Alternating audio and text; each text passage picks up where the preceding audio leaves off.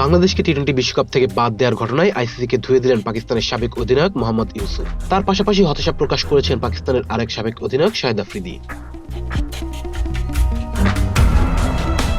নিরাপত্তার কারণে ভারতে গিয়ে বিশ্বকাপ খেলতে চায়নি বাংলাদেশ। আর বিসিবির এমন সিদ্ধান্ত মেনে নিয়ে বাংলাদেশকে বাদ দিয়ে স্কটল্যান্ডকে বিশ্বকাপে অন্তর্ভুক্ত করেছে আইসিসি। আর আইসিসির এমন সিদ্ধান্তে কঠোর সমালোচনা করেছেন মোহাম্মদ ইউসুফ। পাকিস্তানের এই কিংবদন্তি তার এক্স হ্যান্ডেলে বলেন, New Zealand, Australia, Scotland, Nepal, Netherlands, Ireland, Namibia, Zimbabwe, Sri Lanka এবং আফগানিস্তানদের মিলিয়ে ক্রিকেট দর্শক সংখ্যা প্রায় সমান রয়েছে বাংলাদেশের একারই। 10টি দেশ মিলিয়ে 17 কোটি 80 লাখ দর্শক, যেখানে বাংলাদেশের 17 কোটি 60 লাখ দর্শক রয়েছে। একই পোস্টে ইউসুফ আরো লেখেন, একটি খেলা যা বৈশ্বিকভাবে দর্শকদের উপর নির্ভরশীল, সেখানে বাংলাদেশের নিরাপত্তাজনিত ন্যায়সঙ্গত উদ্বেগ উপেক্ষা করা, ধারাবাহিকতা ও শাসন ব্যবস্থা নিয়ে গুরুতর প্রশ্ন তোলে। যখন বেছে বেছে সুবিধা দেওয়া হয় তখন ন্যায়পরায়ণতা হারিয়ে যায়। ক্রিকেটকে প্রভাব নয়, নীতি অনুযায়ী পরিচালনা করতে হয়।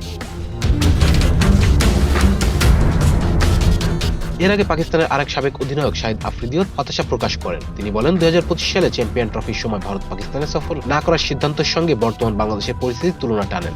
আফ্রিদি তার এক্স হ্যান্ডেলে বলেন, বাংলাদেশ এবং আইসিসি ইভেন্টে খেলা একজন সাবেক আন্তর্জাতিক ক্রিকেটার হিসেবে আইসিসির এই অসংগত আচরণ আমি গভীরভাবে হতাশ। 2025 সালে পাকিস্তানের সফরে না যাওয়ার ক্ষেত্রে ভারতের নিরাপত্তার উদ্বেগে আইসিসি মেনে নিয়েছে, অথচ বাংলাদেশের ক্ষেত্রে একই ধরনের বোঝাপড়া দেখা যাচ্ছে।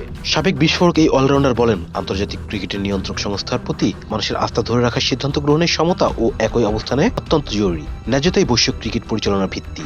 বাংলাদেশের খেলোয়াড় ও তাদের কোটি কোটি সমর্থকের সম্মান পাওয়ার যোগ্য। দ্বৈত মানদণ্ড নয়। আইসিসির উচিত সেতুবন্ধন তৈরি করা, বিভাজন নয়। Please subscribe our channel to get more information about Sports World.